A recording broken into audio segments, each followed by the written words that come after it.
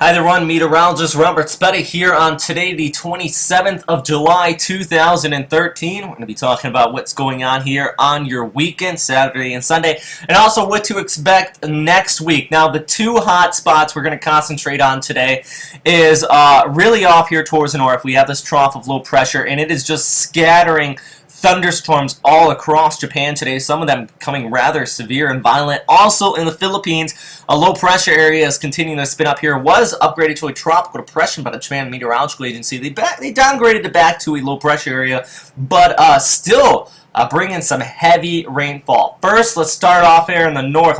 This video coming from NHK because just an incredible amount of rainfall into Miyagi and really across the entire Tohoku area. There was numerous reports of floods out here from Friday going into Saturday, and some areas in Yamagata Prefecture saw 86 millimeters an hour. Threat through the weekend. Well, Sunday it should slightly improve, but here on Saturday there are just storms popping up everywhere. You can still see them scattered all over the place here. Even Okinawa, you can see a passing shower or two, but the bulk of it is going to be remaining off here towards the north, the Tohoku area. I mean, we just zoom right in on this, and you can see some of these storms flaring up, and even a tornado watch is in effect here, at least level 1 across much of the Tohoku area. Also, Tokyo, you're going to see a passing shower as well, but really the floods are going to be out there towards north. Some frequent lightning coming out of these, and even the possibility of a tornado. Actually, there was one unconfirmed report, at least in that video I was watching, where somebody was mentioning a tornado, but not confirmed at this point from the Japan Meteorological Agency. So that's what's going on out there towards the north if you are across much of Japan, and also in the South Korea for that matter. Have an umbrella nearby. Some storms going to be continuing to fire up here. Also, Hong Kong, you're seeing a slight improvement here for you. You had that low pressure area just off the coastline.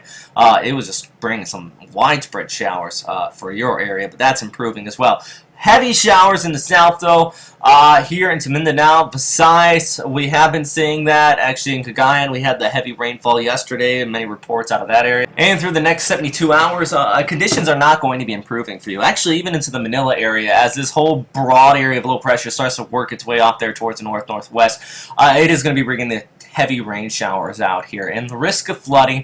PAGASA also says there's a pretty decent risk of landslides. I do think the worst of it's going to be along these east coast facing mountains out here. You have that moisture inflow wrapping around this broad area of low pressure, and as it does work its way out there towards the north-northwest, moving pretty slowly, but it's going to track right over the Philippines, and that's probably one reason why not really expecting this to make it anything more than a very, very weak tropical depression. It just doesn't have time to consolidate.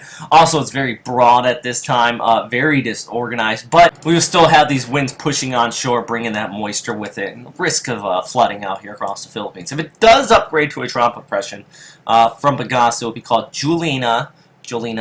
I know that it's a actress from the 90s, and actually in the background you may have heard my wife scream "ew," because apparently she recognized that, and I'm going to leave that into this video. Actually, I think I'm going to record the rest of this conversation with my wife. So it is an actress from the 90s. There was a voting in the year 2000 if where the names could be used for the next some odd years, and Julina is one of the names that was voted on in the year 2000. So there's that, and apparently people recognize that. I find that interesting, even though the WMO really would never go ahead and do a voting system like that. So Julina, if it does become a tropical depression, it's going to bring some heavy rain showers across the Philippines throughout the next several days. So we want to continue to keep an eye on it, but really at this time, quite disorganized, elongated area of low pressure. ASACAT imagery shows that as well. Actually, some